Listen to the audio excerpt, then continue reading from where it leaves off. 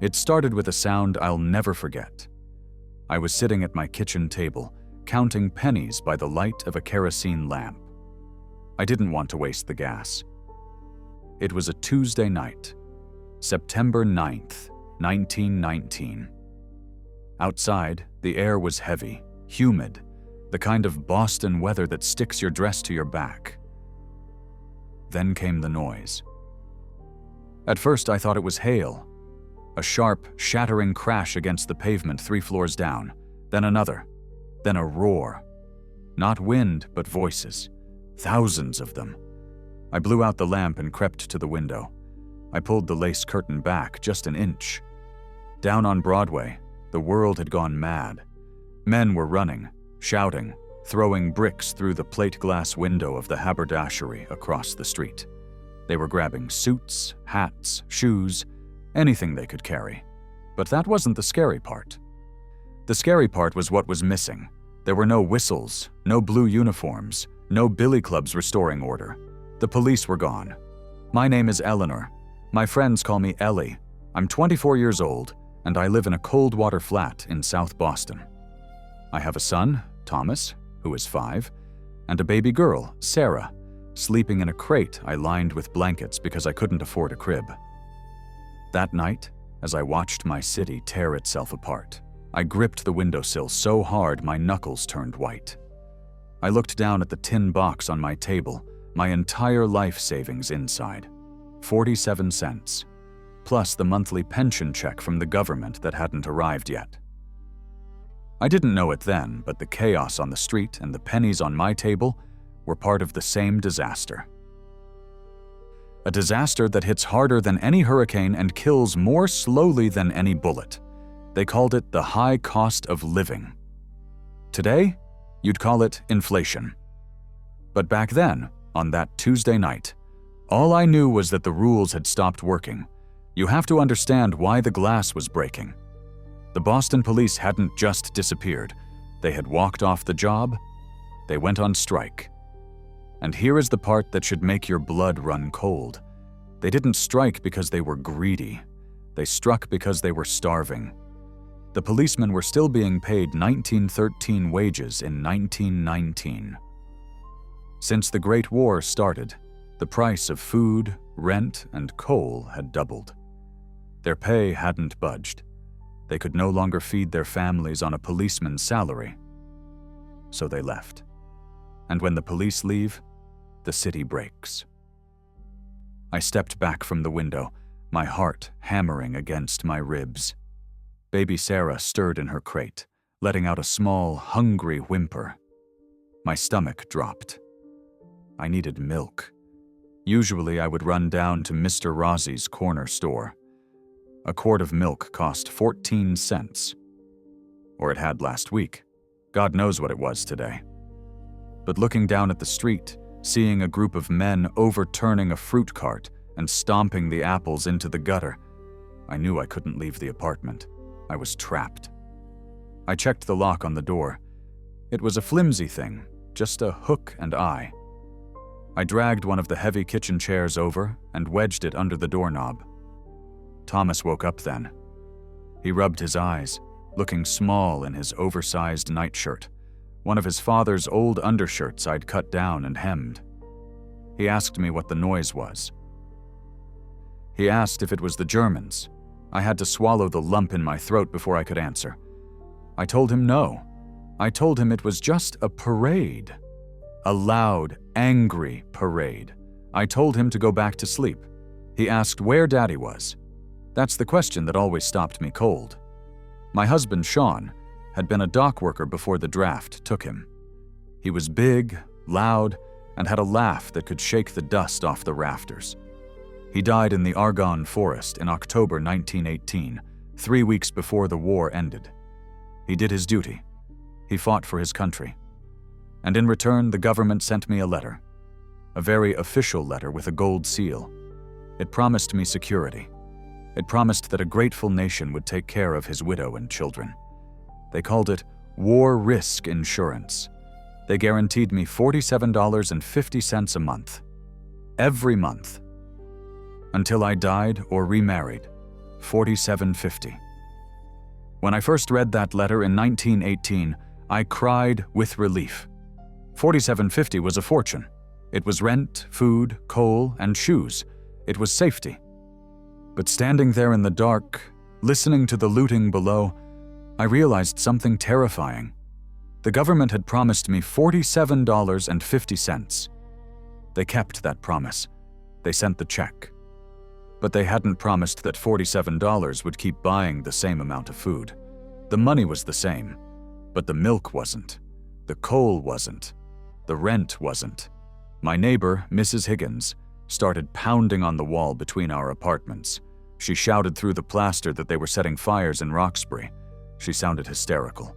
She said the Bolsheviks were coming to take everything. I didn't care about Bolsheviks. I cared about the tin box on my table. I sat back down and dumped the coins out again. 1 quarter, 2 dimes, 2 pennies, 47 cents. If the shops opened tomorrow, and if they hadn't been looted, milk might be 20 cents a quart because of the panic. Bread might be 12. I did the math in my head. I was always doing the math. If I bought milk for the baby and bread for Thomas, I'd have nothing left for the Iceman. If I didn't buy ice, the milk would spoil in the September heat. It was a circle, a tightening noose. Down on the street, a gunshot cracked through the air. Then another. The National Guard was coming, or maybe shopkeepers were defending their stores with shotguns. I didn't know. I blew out the match I'd struck to check the coins. Darkness was safer. I sat there in the blackness, clutching that quarter so hard it left an impression on my palm. You might be wondering, why didn't I just get a job? Why didn't I do something? Here's the thing. I was working. I took in laundry from the wealthy families up on Beacon Hill. I scrubbed their sheets until my hands were raw and red, looking like boiled meat. I sewed hems until my eyes crossed. But wages for women were peanuts. The pension was supposed to be the lifeline. The pension was the contract. Sean gave his life, Uncle Sam gave the check. But the contract was breaking, just like the window across the street. I looked at the pile of coins again in the moonlight. This is what inflation feels like when you're living it. It's not a chart. It's not a number on the news. It's the panic of holding money that is melting like ice in your hands. It's looking at a quarter and remembering that 2 years ago it bought a pound of butter. Last year, half a pound. Today, maybe a stick. Tomorrow. I pulled Thomas onto my lap as the sirens started to wail in the distance. The city was burning because the money, the very thing we trade our lives for, had stopped making sense. And as I sat there, guarding the door with a kitchen chair, I realized the war hadn't really ended for us. The shooting stopped in France, sure. But a new war had started right here in my kitchen. A war between my fixed income and a world that was getting more expensive by the hour. And I was losing. To understand why I was guarding my door with a kitchen chair in 1919, you have to go back. You have to see the day I thought I was rich. It was November 1918. The war was ending. The armistice was signed on the 11th, and the whole city of Boston breathed out for the first time in years. People danced in the streets of the North End. The church bells rang for hours. But my apartment was quiet. The telegram about Sean had come in October. He was killed in the Argonne Forest, they said. A shell fragment. Quick, they promised. I don't know if I believe that part, but I hold on to it. I was 23 years old. I had a 4-year-old boy, Thomas, pulling at my skirt and a baby growing inside me. Sarah wasn't even born yet. When the grief hit, it was like a physical blow, knocking the wind out of me. But right behind the grief came the terror. The cold, hard panic of money. Sean had been a dock worker. He brought home his pay envelope every Friday. It wasn't much, maybe $18 or $20 on a good week before the war, but it was steady. It paid the rent, it bought the coal, It put beef on the table for Sunday dinner. When he died, that envelope stopped. Just like that. I remember looking at the empty cupboard a week after the funeral. I remember thinking I would have to give up the apartment. I thought I'd have to move into a boarding house, maybe send Thomas to an orphanage until I could find work. That's what happened to widows. You disappeared. You fell through the cracks in the sidewalk and were gone. Then came the letter. It arrived in a thick, brown government envelope. I remember the weight of it in my hand. It looked official, important. It had a gold seal stamped on the front. I opened it with a trembling hand. Sitting at the kitchen table while Thomas pushed a wooden block across the floor. It was the award letter for the war risk insurance. Sean had signed up for it before he shipped out. It cost him a little bit from his army pay each month, a premium he paid to protect us. The letter explained that because of his sacrifice, the United States government would pay me, his widow, a monthly pension. I scanned the page, looking for the number. $35 a month. That was for me and Thomas, but there was a note below it. Once the baby was born, the amount would increase. $47.50. I stared at that number. I read it again. $47.50. Every month. Guaranteed. You have to understand what that number meant in 1918. To me, holding that paper, it looked like a fortune. My rent for the tenement was $12 a month. A quart of milk was 14 cents. A loaf of bread was 10. A trolley ride had just gone up to 7 cents, which everyone complained about. But even with that, the math worked. I did the calculation right there on the envelope. $12 for rent, maybe $15 for food if we ate well, $2 for coal. Once the baby came and the full amount kicked in, that would leave nearly $20 a month for savings, for shoes, for emergencies. I felt a wave of relief so strong it made me dizzy. I wasn't going to fall through the cracks. Uncle Sam had caught me. I remember showing the letter to Mrs. Higgins next door. She was older, a widow herself, but she had no pension. Her husband had died of a heart attack on the docks years before. She wiped her hands on her apron and looked at the paper with something like envy. She told me I was set for life. She said the government would take care of me and the kids forever. She said I was the lucky one. Can you imagine that? A war widow, pregnant and alone, being called the lucky one? But I believed her. I believed the gold seal. That winter, after Sarah was born, the check amount increased just as promised. $47.50, regular as a clock. I felt secure. I walked past the bread lines and felt a pang of pity, but also a secret pride. I had a contract with the United States of America. But here is the thing about money that they don't teach you in school. Money is a promise. It's a promise that the piece of paper in your hand is worth a certain amount of sweat, a certain amount of bread. In 1914, before the war, $1 was $1. You knew what it could buy. A man's shirt cost $1. A good pair of shoes cost $3. Prices stayed the same year after year. You could plan your life. You could trust the math.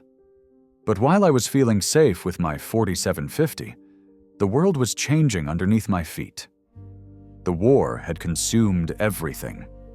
It had eaten up the steel, the copper, the wheat, the wool.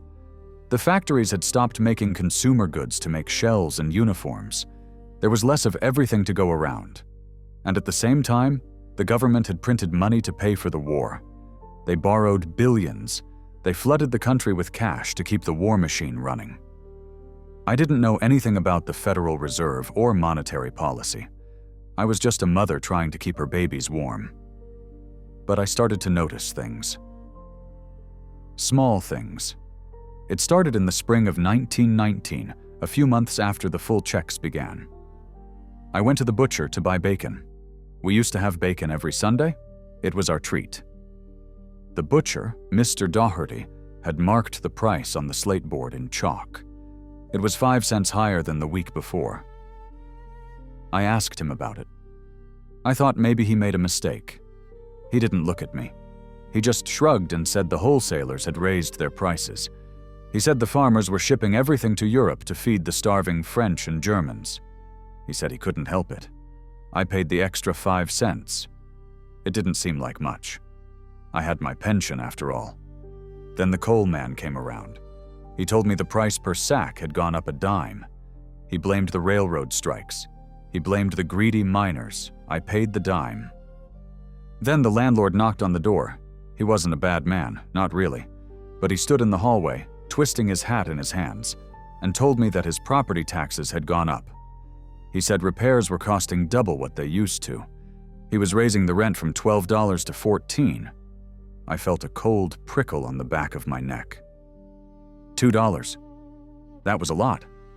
That was 20 loaves of bread. I went to my tin box. I recounted the money. I still had enough. It was tighter, yes. I wouldn't be able to save as much that month. But we were okay. I told myself it was temporary. Everyone said so. The war was over, right? The boys were coming home. The factories would go back to making toasters and Fords instead of machine guns. Prices would go back to normal. That's what the newspapers said. That's what the politicians promised. A return to normalcy. But the prices didn't go down. They kept creeping up, penny by penny, nickel by nickel. It was like the tide coming in. You don't notice it at first. You're standing on the dry sand, looking at the ocean, thinking you're safe. Then a wave touches your toes. You step back. Then it touches your ankles. You step back again. But with a fixed income, there is nowhere to step back to. My pension was $47.50. It didn't matter if bread cost 10 cents or $1. The check was always $47.50. The government had frozen my income in 1918, but the world of 1919 was on fire. I didn't realize it then, not fully. I was still in the glow of that first relief. I was still trusting the gold seal on the envelope. I remember buying a green ribbon for my hair that spring. It cost 15 cents. I looked in the mirror and tried to smile, tried to feel like a young woman again, and not just a widow in black. I wish I had saved that 15 cents. Because by the time the summer heat hit Boston, the bacon was gone from our Sunday table. Then the butter disappeared. Then the fresh milk became watered down. The slow squeeze had begun. And I was about to learn that the most dangerous thing in the world isn't a battlefield in France. It's trying to buy food when your money is dying in your pocket. Spring arrived in Boston in 1919, but it didn't feel like spring usually did. The snow melted into gray slush on Broadway, and the air got warmer, but the heaviness in the city didn't lift. By May, I had my routine down to a science, or at least I thought I did. I was proud of my system. I had a ledger, just a little notebook I kept in the tin box. On the left side, I wrote $47.50. That was the pension. On the right side, I listed every single expense. Rent, $14. Coal, $4. Milk, $4.20. I knew exactly how many pennies I could spend on a Tuesday to make sure we still had bread on Friday. But in the spring of 1919, a strange thing started happening. The math stopped working. It wasn't a sudden crash. It wasn't like the strike that would come later in September. It was quiet. It was sneaky. It was like a thief who comes into your house and shaves a sliver off your coins every night while you sleep. I remember the day I truly felt it. It was a Thursday in May. I took Thomas with me to the market. I had promised him a treat, a real Sunday dinner with roast beef. We hadn't had beef in months. We'd been eating a lot of stews, mostly potatoes and turnips with just a hint of bacon fat for flavor. But I had saved. I had scraped $3 out of the laundry money I earned scrubbing sheets for the rich folks on Beacon Hill. $3 was plenty for a roast. Or it used to be. We walked into the butcher shop. Mr. Doherty was behind the counter, wiping his hands on a blood-stained apron. He knew me. He knew Sean. He usually saved me the good cuts. I asked for a chuck roast. 3 pounds, Mr. Doherty didn't smile like he usually did. He looked at the scale, then at me, then at the floor. He told me the price. I laughed. I actually laughed. I thought he was joking. I told him I didn't want to buy the whole cow, just the roast. But he wasn't joking. He explained that the price of beef had jumped 30% in 2 weeks. 30%. I stood there, clutching Thomas's hand, feeling the blood rush to my face. I asked him why. The war was over. The boys were home. Why was food more expensive than when the U-boats were sinking the supply ships? Mr. Doherty leaned over the counter and lowered his voice. He told me it was the exports. The government was shipping tons of American beef and wheat to Europe to feed the starving Germans and French. He said the packers in Chicago were holding back supply to drive up prices. He called them profiteers. Profiteers. That was the new word on everyone's lips. I looked at the roast sitting on the butcher block. It looked exactly the same as it always had. But suddenly, it was out of reach. I didn't buy the roast. I couldn't. If I bought it, we wouldn't have milk for the baby next week. I bought a pound of hamburger instead. And I saw the look on Mr. Doherty's face. Pity. I hated that look more than the hunger. Walking home, I tried to explain it to myself. You have to understand, nobody called it inflation back then. We called it the high cost of living, HCL. It was in every newspaper headline. People had theories. My neighbor, Mrs. Higgins, said it was the unions demanding too much money. The man at the newsstand said it was the greedy landlords. The politicians said it was just a temporary readjustment, while the factories switched from making munitions back to making furniture and cars. But here is what I think was really happening, and it took me years to figure this out. During the war, we all made money. The factories ran 24 hours a day. Everyone had a job, but there was nothing to buy. The government rationed sugar, flour, fuel, so people saved. We bought Liberty bonds, we stuffed cash in mattresses. Then the war ended. Suddenly, everyone wanted to spend that money at the exact same time. Imagine 100 people rushing through a single door. That was the American economy in 1919. Too much money chasing too few goods. And the goods? They weren't there. The factories were still retooling. The farms were shipping their harvest abroad. So the prices went up. And up and up. That summer, the invisible thief got bolder. I went to the dry goods store to buy sugar. Thomas loved sugar on his porridge. It was the only way I could get him to eat the watery oats.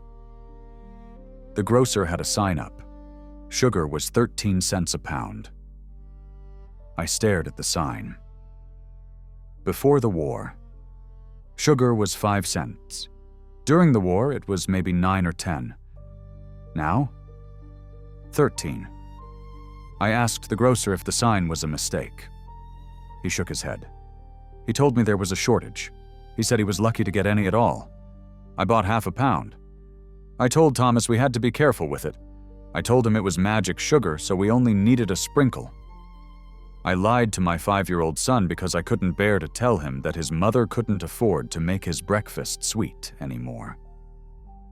This is what inflation does to you. It makes you feel small. It makes you feel incompetent. I started questioning my own memory. I'd stand in the aisle looking at a can of coffee and think, did I pay 25 cents last month? Or was it 30? Am I going crazy? You start to doubt your own reality. You think, maybe I'm just bad with money. Maybe I'm spending too much. So I cut back. I stopped buying fresh bread and started buying day-old loaves for half price. I soaked them in milk, watered down milk, to soften them up for Thomas. I stopped buying butter entirely. I switched to oleomargarine. It was this pale, white grease that came with a little yellow dye capsule you had to mix in yourself to make it look like butter. It tasted like lard and sadness. But it was cheaper. And through it all, the letter from the government stayed the same. $47.50. Every month, the postman brought the check. And every month, that check bought less.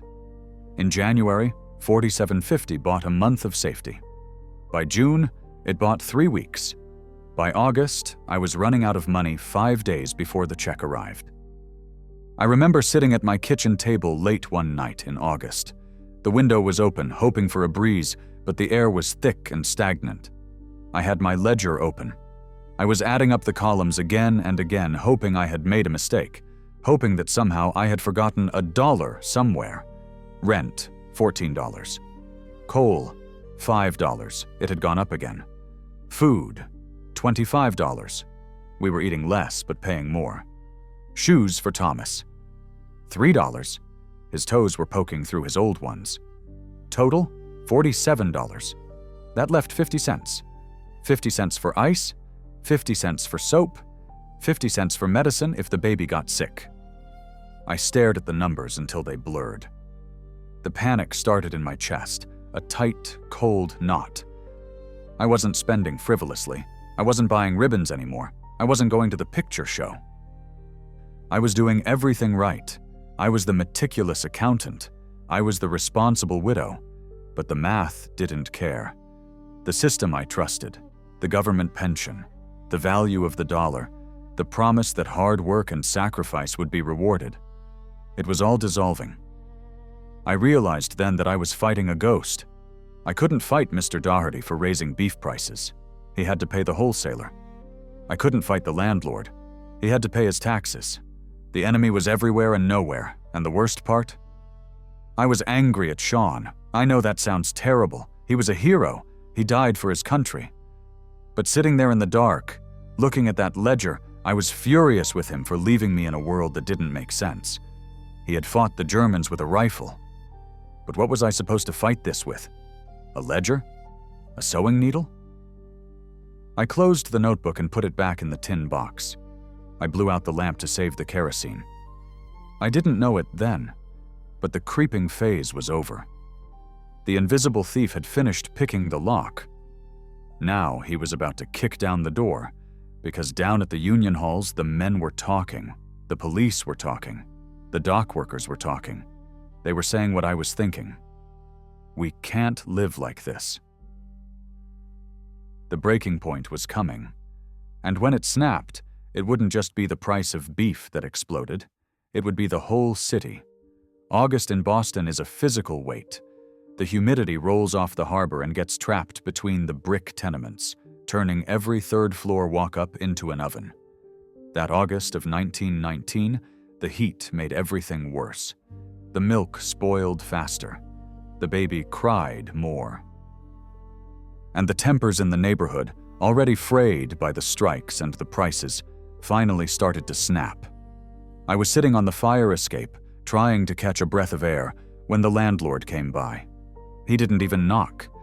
He just slid a piece of paper under the door. I stared at that white rectangle on the floorboards for a long time before I picked it up. I think a part of me knew. You develop a sixth sense for bad news when you're poor. You can smell it coming. I picked it up. It was a typed notice. Formal. Cold. Due to rising maintenance costs and property taxes, it said, the rent for the unit would be increased effective September 1st. I looked for the number. $19. My heart stopped. I mean that literally. It felt like my chest caved in. In the spring, he had raised it from 12 to 14. We survived that. Barely. But 19! That was a $5 jump. $5 was a fortune. $5 was a ton of coal. It was weeks of milk. I went to the tin box. I pulled out my ledger. I didn't even need to write it down. I knew the columns by heart. Income, $47.50. Expenses were already at $47. If rent went to $19, the math broke. We would be in the hole by $4.50 every single month. I sat there in the stifling heat, holding that notice, and I felt a surge of pure, white-hot rage. Not panic. Rage. Because this wasn't fair. We had a deal. Sean died, and the government paid the bills. That was the contract. I decided right then that I wasn't going to take it. I wasn't going to let my children starve because a landlord wanted more profit. I was going to fix this. The next morning, I put on my black dress, the good one, though the cuffs were fraying. I polished my shoes. I packed a slice of bread for Thomas and strapped baby Sarah into the pram. We walked all the way to the Federal Building downtown. It was a long walk in the heat, but I didn't have the 10 cents for the trolley. I marched into that office like I owned it. I was a war widow. I had a gold seal letter. I had rights. The waiting room was full of men in suits and the smell of stale tobacco smoke. I waited for 2 hours. Sarah started fussing, and the men looked at me with that annoyed, dismissive glance they save for women with crying babies. Finally, a clerk called my name. He was a thin man with wire-rimmed glasses and ink stains on his fingers. He didn't look like a soldier. He looked like a man who loved rules. I sat down and laid everything out on his desk: the original award letter, the landlord's notice, my ledger. I explained it to him clearly. I told him that when the pension was set at $47.50, bread was 10 cents. Now bread was nearly 15. I told him rent had gone up almost double since 1914. I told him I couldn't feed the children of a fallen soldier on this money anymore. I asked him to adjust it. I didn't want charity. I just wanted the value of the pension to match the cost of living. The clerk listened. He picked up my ledger and looked at it. For a second, I thought he understood. Then he handed it back. He told me he couldn't help me. I asked him why. I asked if he didn't see the numbers. He sighed, like he was explaining something simple to a slow child. He told me that the War Risk Insurance Act of 1917 set the rates. Congress set the rates. $47.50 was the law. He said there was no provision for inflation. The law didn't care if a dollar bought a steak or a crumb. A dollar was a dollar. I felt the tears prickling my eyes, but I refused to let them fall. I asked him what I was supposed to do. I asked him if the government expected me to stop eating. He looked uncomfortable then. He shifted in his chair. He suggested that maybe I could apply to the local charities. The churches had soup kitchens, he said. I stood up. My hands were shaking so hard I had to grip the edge of his desk. I told him my husband didn't die in the mud of the Argonne forest, so his wife could beg for soup. I walked out of that building with my head high, but inside, I was crumbling. That walk home was the longest of my life. I passed department store windows displaying coats I could never buy. I passed restaurants smelling of roasting meat I would never taste. I realized then that there were two economies in America. There was the economy of the numbers. The stock market was booming. The factories were humming. The clerk's ledger said everything was fine. The dollar was still a dollar. Then there was the economy of the kitchen table. The economy where the milkman wants cash, not promises. Where the landlord takes your money and the grocer takes your money, and you are left with nothing but dust. The government had trapped me in a paper cage. They had fixed my income in 1917 dollars, but forced me to live in a 1919 world. It's a trap that millions of people fall into, even today. Retirees on fixed pensions, workers whose wages stay flat while the price of gas doubles. You work just as hard, you save just as much, but the ground beneath you sinks. By the time I got back to South Boston, the sun was setting. The tenement was sweltering. I carried the baby upstairs. Thomas dragged his feet, tired and hungry. I opened the door to the apartment and saw the landlord's notice still sitting on the table where I'd left it. $19. I put the baby in her crate. I gave Thomas the last heel of the bread soaked in water. Then I sat down and opened the tin box. 47 cents, plus the check that would come next week. I did the math again. I tried to find a way out. If I stopped buying coal, no, winter was coming. If I stopped buying milk, the baby would get rickets. If we moved, moving cost money. And everywhere else was just as expensive. There was no way out. The numbers didn't lie. We were drowning. I looked around the apartment. I looked for anything I could sell. The furniture was cheap pine, barely worth the wood it was made of. My clothes were worn. Then my eyes landed on the one thing of value I had left. It was sitting on the mantelpiece, next to the picture of Sean in his uniform, his pocket watch. It was silver. He had bought it with his first paycheck on the docks. He was so proud of it. He used to let Thomas hold it to his ear and listen to the ticking. He left it behind when he deployed because he didn't want it to get lost in the trenches. He told me to keep it safe for Thomas. He said, "One day, this will be the boys." I walked over to the mantel. I picked it up. The silver was cool in my hand. I wound it, just a little, and held it to my ear. Tick, tick, tick. It sounded like a heartbeat. I knew what the pawnbroker would give me for it. Maybe $5. Maybe $7 if he was feeling generous. $7 would pay the rent increase for a month, maybe $2. It would buy milk, it would buy coal, but it would cost me everything else. I stood there in the dark, clutching that watch, and I hated the government. I hated the clerk with his ink-stained fingers. I hated the landlord. But mostly, I was terrified, because I knew that tomorrow I was going to walk into that pawn shop. I was going to sell my husband's legacy to buy coal that would burn to ash in a week. And once the watch was gone, what then? That night, the heat broke. A thunderstorm rolled in over the harbor. Thunder shook the window panes. But it wasn't the thunder that kept me awake. It was the sound of the city below. Angry voices. Glass breaking again. The strike was getting closer. The whole world was tearing itself apart over money. And looking at the silver watch in my hand, I finally understood why.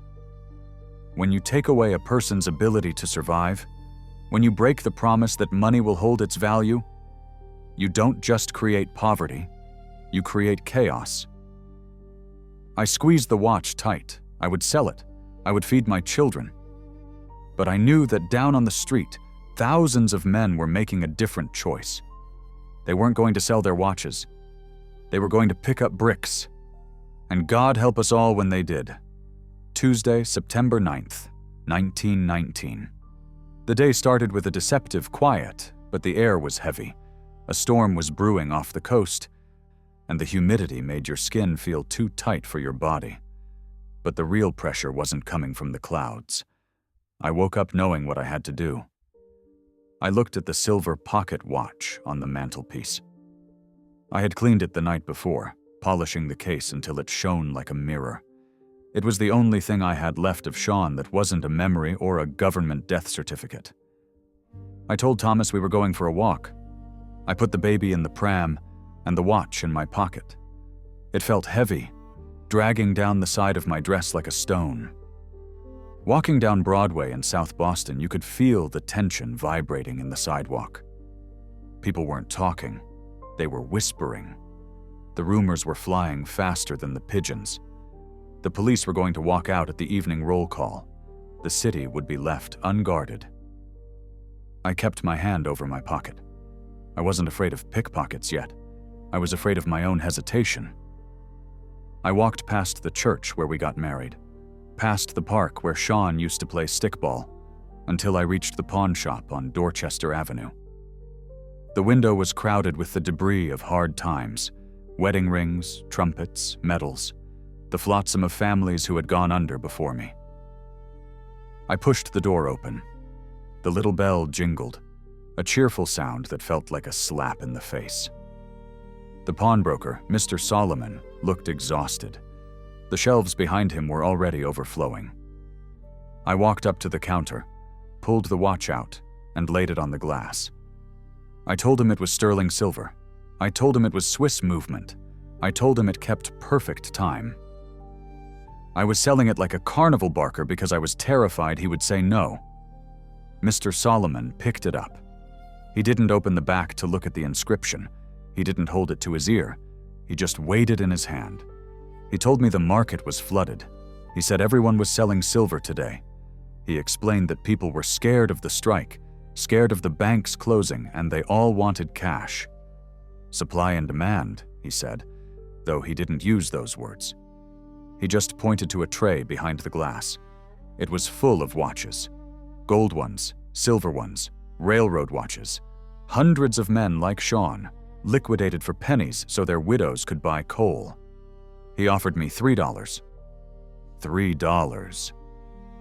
I felt the blood drain from my face. I had calculated 5, maybe 7. $7 would pay the rent increase and buy a week of food. $3 was an insult. I tried to argue. I pleaded with him. I mentioned the baby. He just shook his head. He told me he couldn't sell the ones he had. $3 was the offer. Take it or leave it. I looked at the watch. I looked at Thomas, who was staring at a dusty banjo in the corner. I had a choice. I could keep my pride and my husband's legacy and go home to an empty icebox, or I could take the $3 and feed my children. It wasn't really a choice. I nodded. Mr. Solomon slid 3 dirty, wrinkled bills across the counter. He dropped the watch into the tray. It made a small clink sound against the others. Just like that, Sean was gone. I walked out with $3 and a hole in my chest, but the nightmare was just beginning. The rumors about the strike had turned into panic. People were rushing the stores. If the police left at 5 o'clock, who would protect the delivery trucks? Who would stop the looting? I ran to the coal yard. I needed to buy a sack before they closed. There was a line. Everyone had the same idea. By the time I got to the front, the yard manager was shouting. He announced that the price had gone up. A sack of coal was usually 60 cents. Today, he wanted $1. I paid it. I had to. That was the tax of terror. I went to the grocer next. The shelves were already getting bare. People were grabbing cans of beans, bags of flour, anything that wouldn't spoil. I found a quart of milk. The grocer, a man I'd known for years, wasn't looking anyone in the eye. He was marking up prices with a grease pencil right in front of us. I asked for the milk. He told me it was 25 cents. 25 cents. That was nearly double the normal price. I looked at the $2 left in my hand. I asked him how he could do this. I asked if he had no shame. He told me that tomorrow the wholesalers might not deliver at all. He said he had to make enough today to cover the losses if the mob smashed his windows tonight. He was passing his fear down to me, adding a premium to a bottle of milk for a baby. I paid the 25 cents. I bought a loaf of bread for another 15, a nickel more than yesterday. I bought a small bag of potatoes. By the time I walked home, the $3, the price of my husband's memory, was almost gone. I had 70 cents left. I had sold the past to survive the week. I got back to the apartment just as the sun was setting behind the storm clouds. I fed Thomas the bread and milk. I put the expensive coal in the bin. I sat down at the table, feeling a hollowness I can't explain.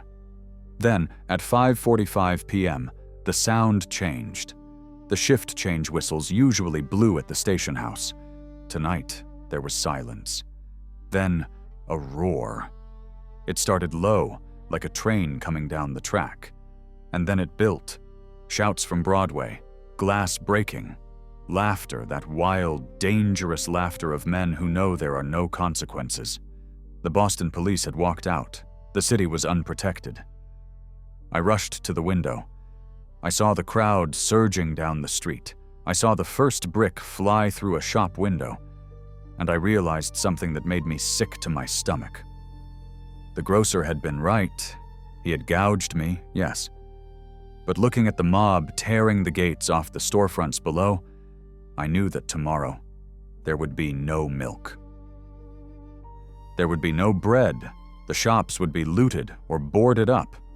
If I hadn't sold the watch, if I hadn't paid the extortionist prices, my children wouldn't eat tomorrow. This is the ugly truth about financial collapse. It kills your morality before it kills your body. It forces you to participate in the very system that is destroying you. To survive, I had to feed the gougers. I had to validate the panic.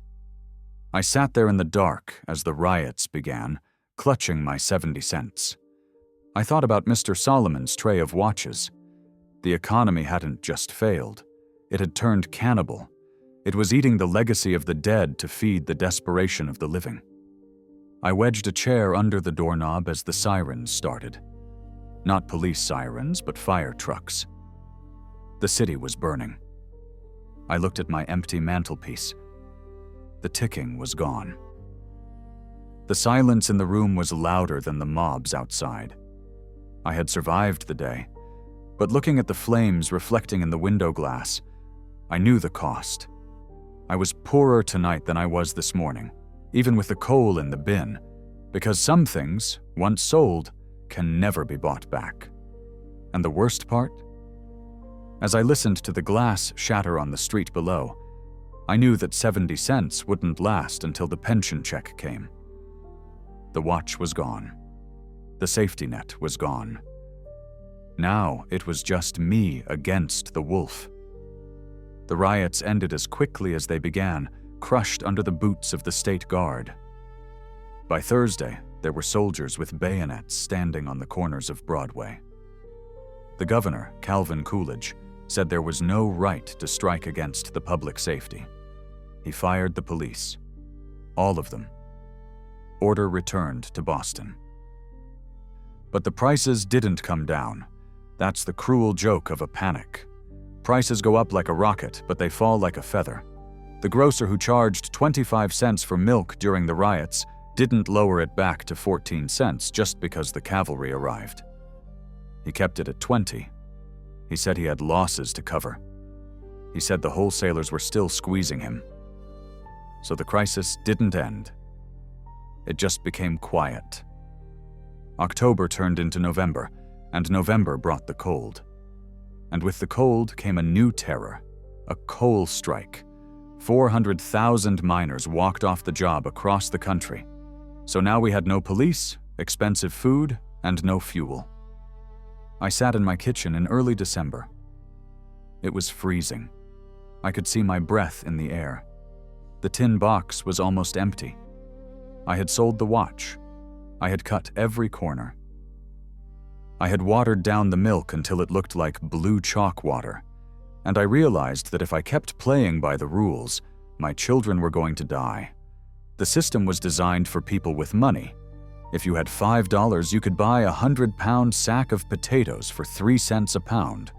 If you had 5 cents, you had to buy them from the grocer for 8 cents a pound. Being poor is expensive. That's the trap. You can't afford the bulk price, so you pay the penalty for buying small. I looked at Mrs. Higgins through the open door of the hallway. She was wearing 3 shawls, shivering. She was a widow, too. Down the hall was Mrs. O'Malley, whose husband had lost his leg in the rail yard. We were all starving separately behind our own doors. We were all buying 1 onion, 1 potato, 1 cup of flour, and paying the highest price for it. I walked across the hall. I didn't knock. I just told Mrs. Higgins to get her purse. I told her we were done being victims. I told her we were going to start our own economy. It took some convincing. People are proud, even when they're hungry. Mrs. Higgins didn't want anyone knowing she only had 80 cents to her name, but I put my 70 cents on the table. I told her that alone, we were beggars. Together, we were a wholesaler. We went door to door, in the tenement. It was the hardest thing I've ever done, asking my neighbors to trust me with their last dimes. But desperation has a way of building trust fast. We gathered 6 women. Between us, we scraped together $4.20. It wasn't a fortune, but it was enough to bypass the middleman. We walked to the produce market near the docks. Not the corner store, but the place where the farmers unloaded their wagons at dawn. We looked ridiculous. A brigade of women in fraying black mourning dresses, pushing baby carriages that had no babies in them. I found a farmer selling potatoes. He looked at us like we were lost. He told us he didn't sell by the pound. He only sold by the sack. 100-pound sacks. I slapped the money into his hand. I told him we'd take it. We loaded that 100-pound burlap sack into Mrs. O'Malley's pram. The springs groaned, the wheels bowed out. We had to take turns pushing it, heaving it over the cobblestones, looking like we were hauling a body. But when we got it back to my kitchen, we cut it open.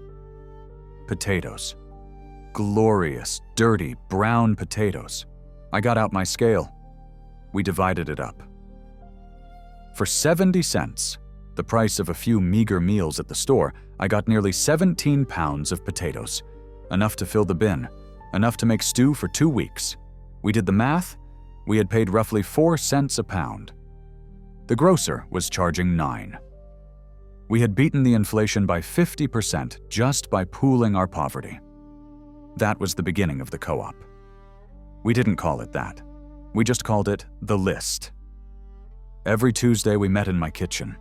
We pooled our money for flour, then sugar, then dried beans. We learned to be ruthless. We learned that the butcher would give us a discount on soup bones, the scraps usually thrown to dogs, if we bought them all at once. We learned that if you boiled those bones for 12 hours, you got a broth rich enough to keep a child alive. We stopped competing with each other and started colluding, but food was only half the battle. We still had to stay warm. The coal shortage was biting hard. The official price was capped by the government, but there was no coal to be found at the official price. The black market price was double. I couldn't afford black market coal, not even with the co-op, so I had to trade the only thing I had left, my labor. I knew the man who delivered ice in the summer and coal in the winter, Mr. Russo. He had a uniform that was falling apart. The seams were split, the buttons missing. He couldn't afford a tailor any more than I could afford coal. I waited for him in the alley. I blocked his truck. I made him a proposition. I told him I would mend his uniform. I would reinforce the knees with denim patches so they wouldn't tear when he knelt. I would sew on new buttons. I would make it look like new. In exchange, I didn't want money. Money was losing value every day. I wanted a bucket of coal. A big one. He looked at his torn trousers, then at me. He knew it was a fair trade. My labor was durable. His cash was melting. He agreed. That winter, I sewed for the butcher's wife in exchange for sausages. I did laundry for the landlord in exchange for a 3-day grace period on the rent. We stopped using money whenever we could. We moved to barter. You see, when a currency breaks, people don't just roll over and die. They go back to the old ways. We built a web of favors and debts that the government couldn't tax and the inflation couldn't touch. It wasn't dignified. Let me tell you, haggling over a bucket of coal is not dignified. Rolling a sack of flour down Broadway in a pram while the men in suits stare at you is humiliating. But we were warm, and we were fed. One night in January, a blizzard hit. The wind howled off the Atlantic, shaking the window frames. Mrs. Higgins came knocking. Her stove had gone out. She was out of fuel. I didn't hesitate. I pulled her inside. I put Thomas and Sarah in the bed, and Mrs. Higgins sat in the chair by the stove. We burned the coal I had earned with my needle. We sat there in the glow of the embers, drinking tea made from reused leaves. Mrs. Higgins looked at me. She told me she had heard the new police officers, the ones hired to replace the strikers, were getting paid $1,400 a year, plus free uniforms. $1,400. The strikers had been begging for $1,200. The city had broken the strike, fired the men, and then immediately paid the replacements more than the strikers had ever asked for. I laughed. It was a bitter, sharp sound. It proved everything I had suspected. The money was there. It was always there. They just told us it wasn't until the city burned down. But sitting there with my neighbor, watching the snow pile up against the glass, I didn't feel the same panic I had felt in September. I touched the ledger in my tin box. It was still full of terrifying numbers. The rent was still $19. The pension was still $47.50. But I wasn't facing it alone anymore. I looked at Mrs. Higgins. I looked at the sack of potatoes in the corner. We had built a fortress out of pennies and burlap. "Let them keep their $1,400, I told her. "We have the potatoes." She laughed then, too. It was the first time I had heard her laugh in a year. That winter, I learned the most important lesson of my life. When the big systems fail, when the banks wobble and the dollar dives, you can't look up for help. You have to look sideways. You look to your neighbors. You look to the people who are just as scared as you are. The government sent me a check that bought less every month. But Mrs. Higgins brought me half a cabbage because I watched her cat. Mrs. O'Malley shared her yeast starter because I helped her carry the laundry. We were the Apron Army. We fought the inflation with soup bones and patches, and as the spring of 1920 approached, we were still standing. Battered, tired, and gray, but standing. I didn't know it then, but the tide was about to turn again. The invisible thief had taken everything he could. Now, the pendulum was going to swing the other way, and if we thought inflation was hard, we had no idea what the crash would feel like. The fever broke in the autumn of 1920. I remember the exact moment I felt the temperature drop. It wasn't the weather. Boston was crisp and cooling down for the year. It was the price of sugar. I walked into the grocer's on a Tuesday in October, my ledger tucked under my arm, ready for the usual battle. For months, sugar had been the enemy, climbing to nearly 30 cents a pound. I had prepared myself to fight for a quarter pound. I had my arguments ready. I had my coins counted out. But when I got to the counter, the sign had changed. 18 cents. I stared at it. I asked the grocer if he had made a mistake. I asked if this was the bad sugar, the stuff from the bottom of the barrel. He shook his head. He looked tired, worried even. He told me the price had dropped. He said the wholesalers were panicking, dumping their stock. He said nobody was buying. I bought 2 pounds. I walked home feeling lightheaded. The next week, it happened with butter, then flour, then shoes. After 2 years of the invisible thief stealing pennies out of my pocket every night, suddenly, he was putting them back. My $47.50, the pension that had felt like a starvation wage just months ago, began to stretch. In November, it covered the bills. By Christmas, I had money left over. By the new year, I put a whole $1 into the tin box just for savings. You might think I was celebrating. You might think the Apron Army threw a party in the hallway. We didn't. Because while the prices of food were falling, the bottom was falling out of everything else. You see, I didn't understand economics back then. I didn't know that the Federal Reserve, the bank of banks down in Washington, had decided the party was over. They saw the inflation, the strikes, the madness of 1919, and they pulled the emergency brake. They raised interest rates. They made it hard to borrow money. They turned off the tap. They wanted to kill the inflation, and they did. They killed it dead. But they killed the economy right along with it. It started with the silence. Living in South Boston, you get used to the hum of the city, the clanging from the shipyards, the whistles from the shoe factories, the rumble of the delivery trucks. That winter, the whistles stopped blowing. The shoe factories in Lynn and Brockton shut their gates. The textile mills in Lawrence cut their shifts to 3 days, then 2, then none. The Four River shipyard laid off thousands. The prices of goods were going down because nobody had any money to buy them. It was a cruel irony. In 1919, the shelves were empty, but everyone had a job. In 1921, the shelves were overflowing with cheap bread and cheap meat, but the men standing on the street corners had empty pockets. The crisis had flipped. We went from fire to ice. I remember a knock on my door in January 1921. It was Mr. Russo, the coal man, the same man I had bartered with, the man who had been king of the neighborhood when fuel was scarce.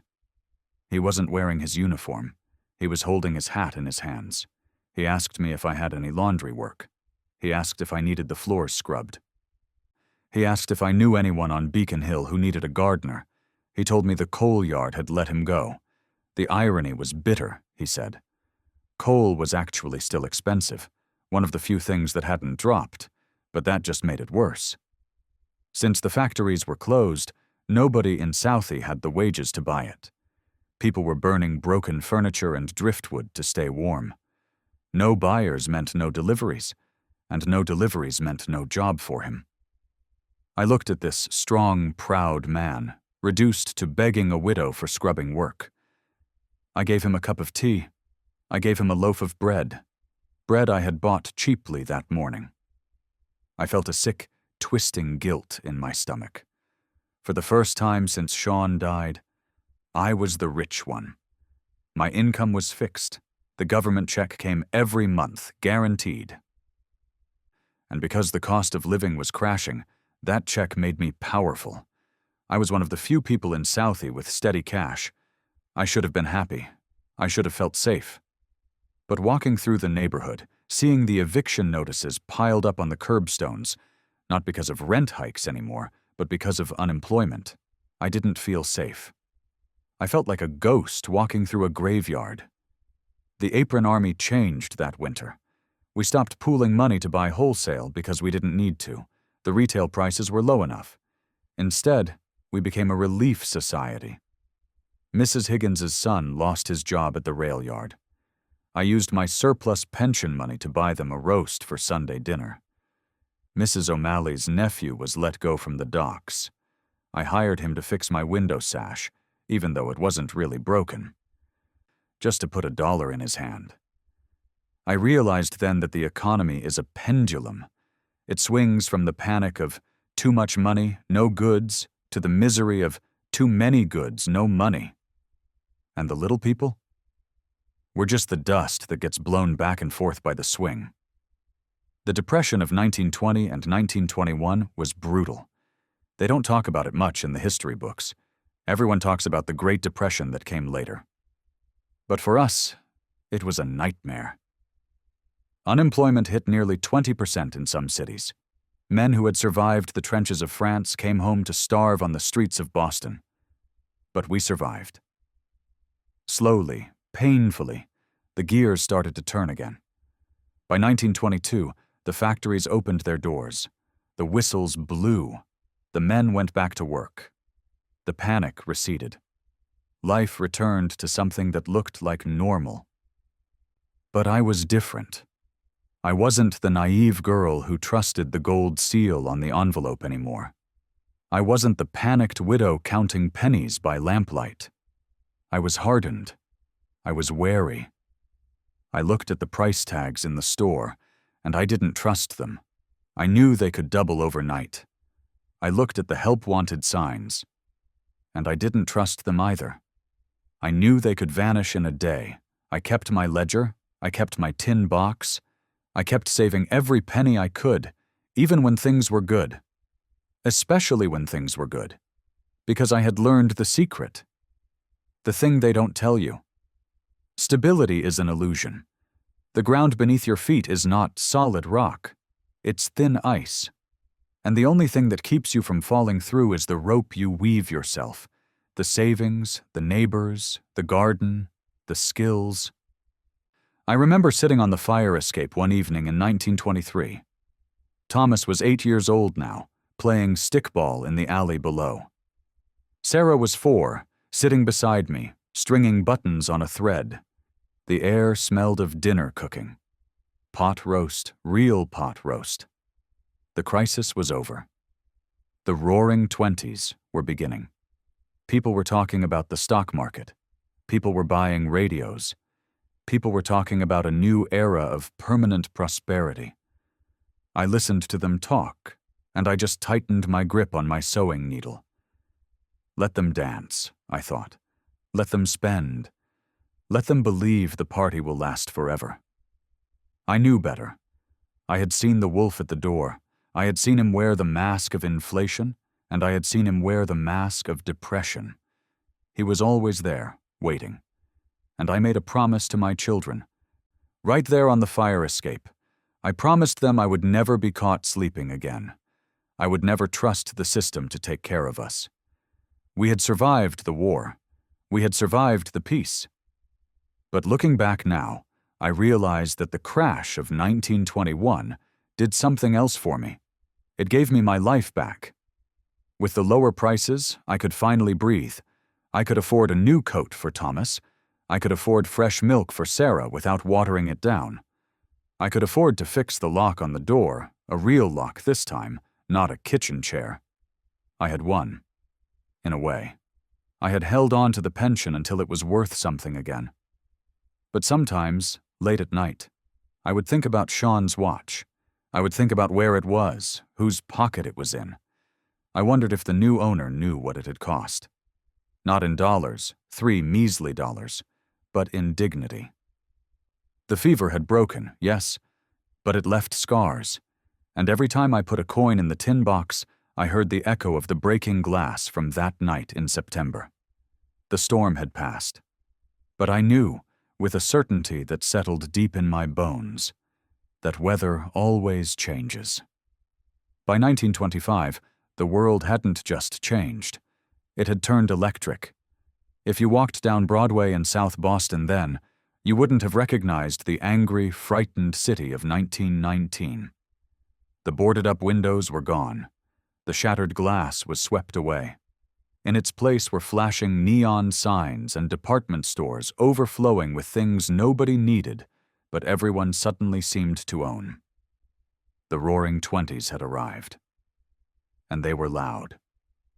My neighbor, Mrs. Higgins, bought a radio. It was a massive wooden cathedral of a thing that sat in her parlor like an altar. She invited me over to listen to it. She told me proudly that she'd bought it on the installment plan. $1 down, $1 a week. She told me credit was the modern way. She said only fools paid cash when they could enjoy life now and pay later. I sat there, listening to the jazz music crackling through the speaker, and I smiled politely. But I didn't buy a radio. I went home to my quiet apartment. I opened my tin box. It wasn't empty anymore. It had a thick stack of bills inside. Real savings. I looked at Thomas. He was 14 years old now, tall and gangly, with his father's dark eyes and a shadow of a mustache on his lip. He was doing his homework at the table, the same table where I used to count pennies by the light of a kerosene lamp back in 19. I called him over. I put a $5 bill on the table. I asked him what it was worth. He looked at me like I was teasing him. He told me it was worth $5. "It says so right on the corner, Ma," he said. I shook my head. I told him that was the mistake everyone made. I explained that $5 is only worth what it can buy today. In 1919, it bought a week of groceries. In 1920, it bought a single sack of coal. In 1925, it might buy a fancy dinner. But tomorrow, it might buy a house, or it might not buy a loaf of bread. I told him never to trust the number printed on the paper. Trust the bread. Trust the coal. Trust the skills in your hands. That's the scar the crisis left on me. The rest of the country was drinking bootleg gin and dancing the Charleston, convinced that the good times would last forever. The stock market was going up, up, up. Even the shoeshine boys were talking about General Motors and RCA. But I walked through the city with the eyes of a survivor. When I saw men buying cars on credit, I didn't see prosperity. I saw risk. I remembered the sharp depression of 1921, the one people forget about, when the factories closed overnight and the repo men came for the furniture. When I heard politicians talking about a new era of permanent prosperity, I didn't hear wisdom. I heard the same voices that told me the war was over while my grocery bill doubled. I was out of step with the times. I was the boring widow who patched her son's trousers instead of buying new ones on credit. I was the woman who kept 3 months of canned food in the pantry, just in case. But I slept at night. Now, you might be watching this and thinking that my story is ancient history. You might think that because you have credit cards and online banking and the Federal Reserve, you're safe from what happened to me. But let me ask you something. Have you ever gone to the grocery store and noticed the package of bacon looks smaller, but the price is the same? Have you ever looked at your rent check and realized it eats half your paycheck when it used to eat a third? Have you ever felt that cold, tight knot in your stomach when you hear the word recession on the news? That feeling isn't new. It's the echo of 1919. The economy changes. We have computers now instead of steam engines, but the trap remains the same. Money is a promise, and sometimes governments break that promise. Sometimes they print too much. Sometimes they turn off the tap too fast. And when they do, it's not the bankers who suffer. It's the people at the kitchen tables. It's the mothers doing math in the dark. But here is the thing I want you to remember. The thing that kept me going when I had 70 cents to my name. You are stronger than the economy. I know that sounds impossible when you're looking at a stack of bills. But look at what we did. When the currency failed, we built a co-op. When the coal ran out, we bartered labor. When the system broke, we built a new one in the hallway of a tenement. We didn't survive because the government fixed the inflation.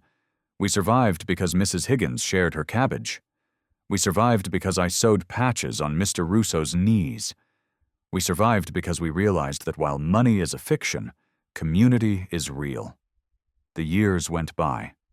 Thomas grew up and got a job at the shipyard, a union job, with a contract that adjusted for inflation.